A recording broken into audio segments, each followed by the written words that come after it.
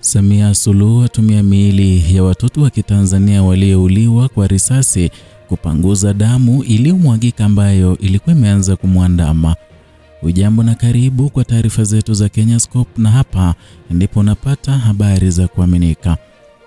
Katika siku chache zilizopita, taifa la Tanzania limezama katika huzuni, hofu na sintofahamu baada ya ripoti kuibuka kuhusu maelfu ya wananchi waliouawa kufuatia ghasia zilizozuka baada ya uchaguzi wa Oktoba 29 mwaka huu. Habari zinazoendelea kuenea zinaeleza kuhusu miili ya watu waliodaiwa kuuawa na vikosi vya usalama ikitupwa katika maeneo yasiyojulikana, huku familia nyingi zikibaki bila majibu kuhusu hatima ya wapendwa wao.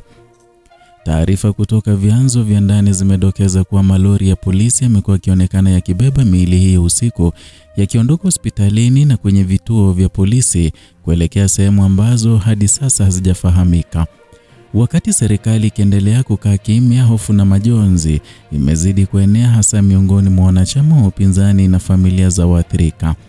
Hali imetokea siku chache tu baada ya kutangazwa kwa matokeo ya uchaguzi yaliyomrejesha madarakani Rais Samia Suluhu Hassan kwa ushindi mkubwa uliopingwa na makundi ya upinzani, hasa chama cha Chadema ambacho kilizuiwa rasmi kushiriki uchaguzi huo.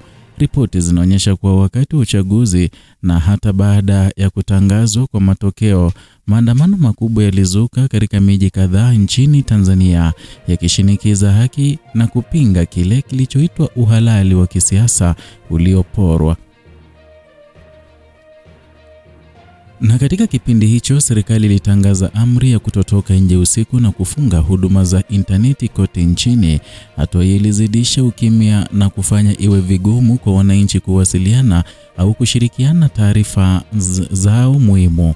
Hata hivyo, picha na video zilizovuja kwenye mitandao ya kijamii ziliibua maswali mazito kuhusu ukubwa wa maafa yaliyokuwa yakitokea kwa wakati huo. Chama cha Demokrasia na Maendeleo Chadema, ambacho kwa muda mrefu kimekuwa kikiongoza sauti ya upinzani nchini humo, kimeripoti kuwa kimefanikiwa kutambua zaidi ya vifo 2000 vilivyotokea tangu siku ya uchaguzi. Kauli kati ya waliouawa waliokuwa waandamanaji, wanachama wa upinzani na baadhi ya raia waliokuwa wakijaribu kurekodi matukio ya vurugo. Taarifa hizo zinasema kuwa zaidi ya miili 400 haijulikani ilipo, huku baadhi ikidaiwa kutupwa kwenye mapori au kuteketezwa. Mashirika ya kimataifa yameanza kutoa kauli zao kuhusu hali hiyo, na Tume ya Umoja wa Afrika imetaja tukio hilo kama janga la kibinadamu na kueleza wasiwasi mkubwa kuhusu matumizi ya nguvu kupita kiasi na vitendo vya ukiukwaji wa haki za binadamu. Aidha, wizara za mambo ya nje za Canada, Norway na Uingereza zimetoa taarifa ya pamoja zikilaani ukatili huo na kueleza kuwa zipo taarifa za kuaminika zinazoonyesha idadi kubwa ya watu waliopoteza maisha au kujeruhiwa vibaya. Serikali ya Tanzania haijatoa tamko rasmi kuhusu idadi ya vifo, ikibaki kimya mbele ya tuhuma zinazozidi kuongezeka. Na wakati wa hotuba yake ya kuapishwa kwa muhula wa pili, Rais Samia Suluhu Hassan alikiri kuwa watu walipoteza maisha wakati wa maandamano, lakini hakutaja idadi wala hatua madhubuti zitakazochukuliwa ili kuhakikisha haki inapatikana. Kauli hiyo imeonekana na wengi kama dalili ya kukwepa uwajibikaji katika kipindi kigumu cha kisiasa kwa taifa hilo. Mashirika ya kutetea haki za binadamu ikiwemo Human Rights Watch yameeleza wazi kuwa serikali ya Tanzania imetumia nguvu za kijeshi dhidi ya raia wasio na silaha, ikiwemo risasi za moto, mabomu ya machozi na kukamata kiholela wapinzani na wanahabari. Ripoti zao zinaonyesha kuwa hali ya uoga inazidi kutanda nchini humo, huku baadhi ya waandishi wa habari na wanaharakati wakiripotiwa kutoweka baada ya kuripoti ukweli wa kilichokuwa kikitokea. Na katika baadhi ya hospitali nchini humo, madaktari waliripoti kuwa wamelazimishwa kutozungumza na vyombo vya habari kuhusu idadi ya majeruhi na vifo walivyoshuhudia. Wengine wameeleza kuwa polisi wamekuwa wakiweka vizuizi kwenye milango ya hospitali, wakizuia familia kuchukua miili ya wapenda wao. Mashuhuda kadhaa wameeleza kuwa miili mingi imetoweka baada ya polisi kufika usiku kwa utaratibu wa siri unaodaiwa kuratibiwa na mamlaka za juu. Tukio hili linakuja wakati ambapo Tanzania ilikuwa imeanza kujijenga kimataifa na kama mfano wa amani na uthabiti wa kisiasa Afrika Mashariki. Hata hivyo, hali ya sasa imegeuka kuwa kioo cha tahadhari kinachoonyesha udhaifu wa demokrasia na uhuru wa raia. Watazamaji wa masuala ya kisiasa wanasema kuwa matukio haya yanarudisha nyuma miaka mingi ya jitihada za kujenga taasisi huru na zenye uwajibikaji.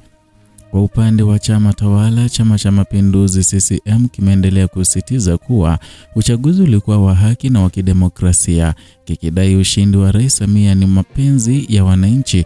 Hata hivyo, ripoti za waangalizi wa kikanda zinasema kuwa uchaguzi ulishindwa kufika viwango vya kidemokrasia kutokana na vizuizi, vitisho na ubaguzi wa kisiasa uliokithiri.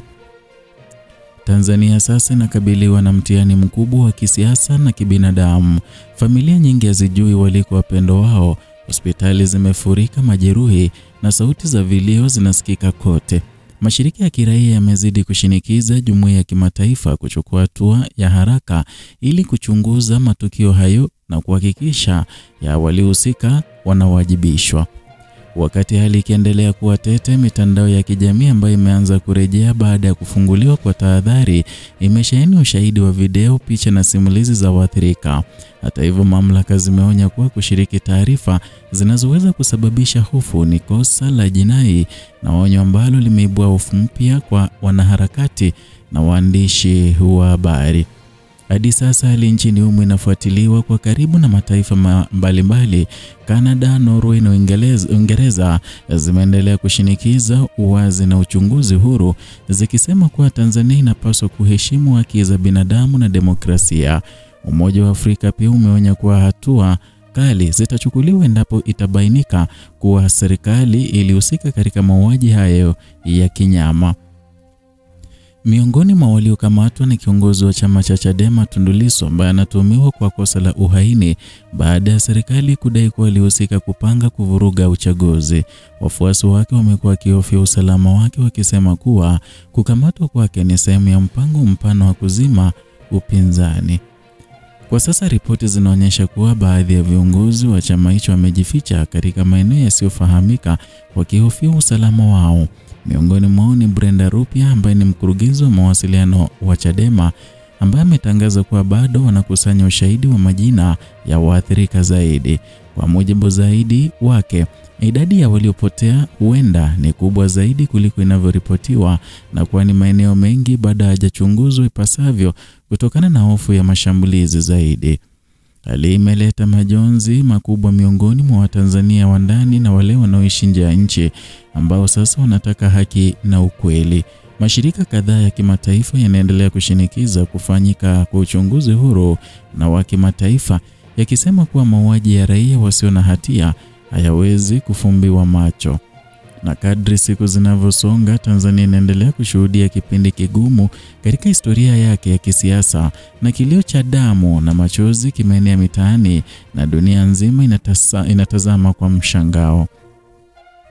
Na leo Askofu Mwamakula amesisitiza kwamba taifa liweze kuendelea kuficha uovu chini ya kivuli cha amani, kwamba Samia Suluhu hawezi kutumia miili ya watoto wa Kitanzania walioaga kufuta damu ambayo ilimwagika katika harakati za maandamano.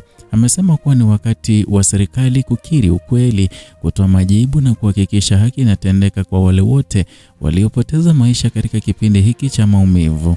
Askofu amehitimisha akisema kuwa amani ya kweli haiwezi kujengwa juu ya damu ya wasio na hatia.